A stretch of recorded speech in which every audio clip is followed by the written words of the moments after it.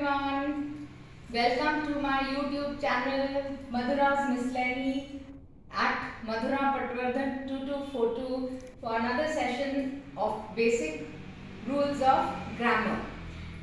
Grammar, we have seen, is a system of rules for constructing correct sentences. In the previous episode, I had explained what a sentence means. So we had seen subject is the reason for making the sentence and the predicate is what the subject does.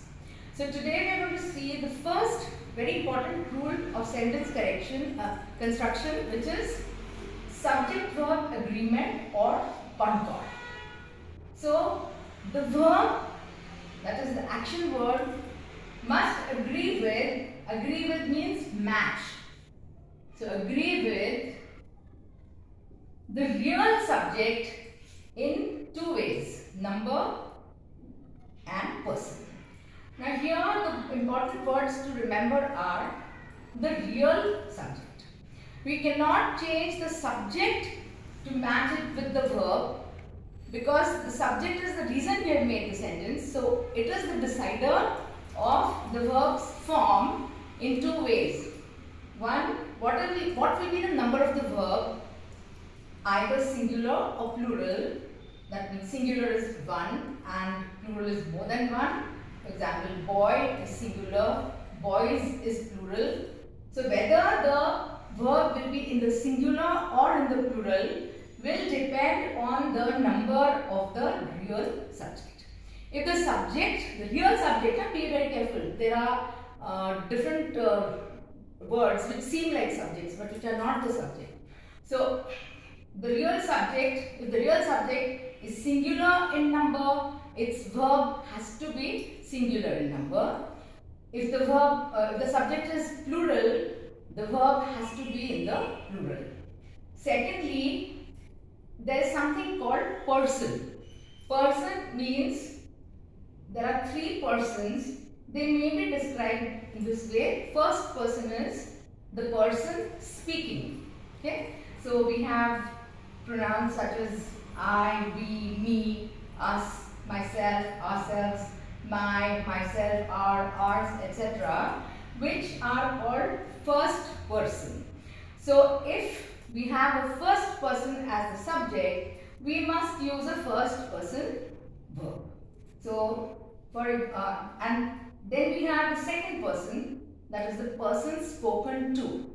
That means you, your, yours, yourself, yourselves, etc.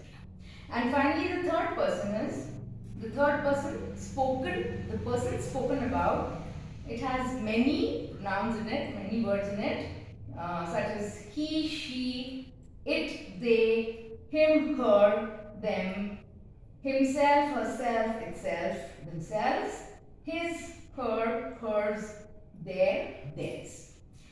So the real, now let's come to some examples of subject-verb agreement. The boy goes to school. Now what are we making this sentence about? Whose action are we talking about in this sentence? That is our subject. So we have as the subject phrase the boy. So this is our subject, and what is his action? His action is to go to school. So he goes to school because there is just one boy. The minute we have more than one boy, we have a plural subject. The boys is a plural subject. So we have to use the plural verb, which is go. So the boys go to school. The boy goes to school. And here we come to an example of being confused about the real subject. So here we have one of the boys goes to school.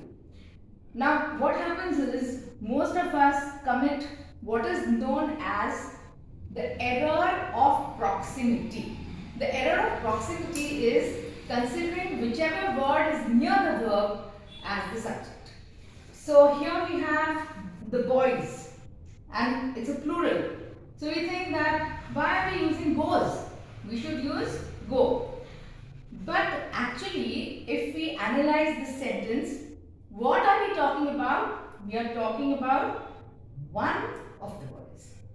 So one is the real subject, one obviously is singular. So even though the verb is far from it, we are making it match in number with the real subject, which is the word one.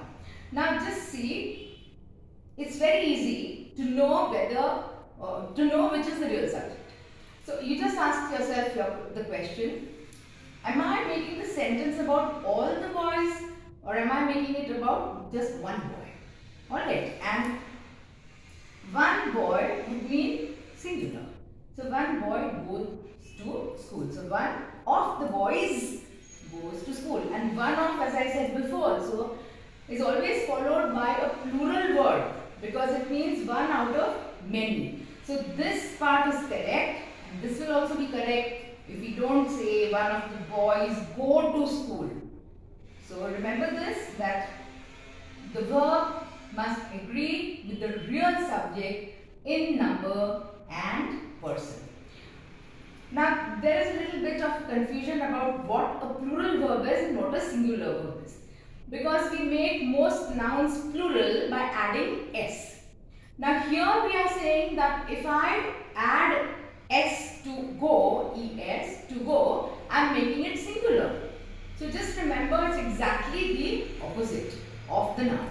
So we make most nouns plural by adding s. We make most verbs plural by taking away the s. So you can tell yourself, there's a very easy way to remember this. If you have, tell yourself that you have only one s and it can be used either with the subject or with the verb.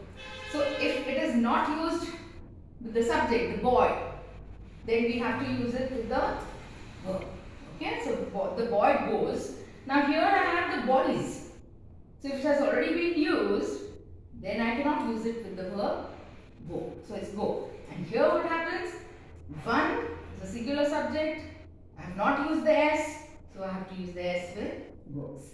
Okay, so easy way, easy mnemonic, as I've said before, memory aid is most nouns are made plural with s and most verbs are made singular with s. So that's all for now. Tomorrow, in my next episode, I'll be discussing the second part of this rule, which is must agree with the real subject in number and person. So that will be our next module. Okay. So that's all for now.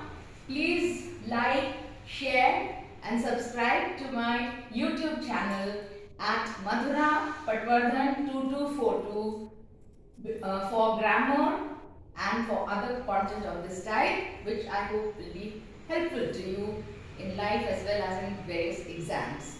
That's all. Thank you once again.